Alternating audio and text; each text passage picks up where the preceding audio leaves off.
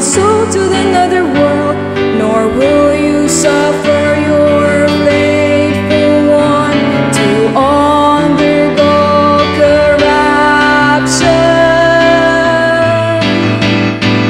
You are my inheritance, oh Lord. You will show me the path to life, fullness of joys in your presence.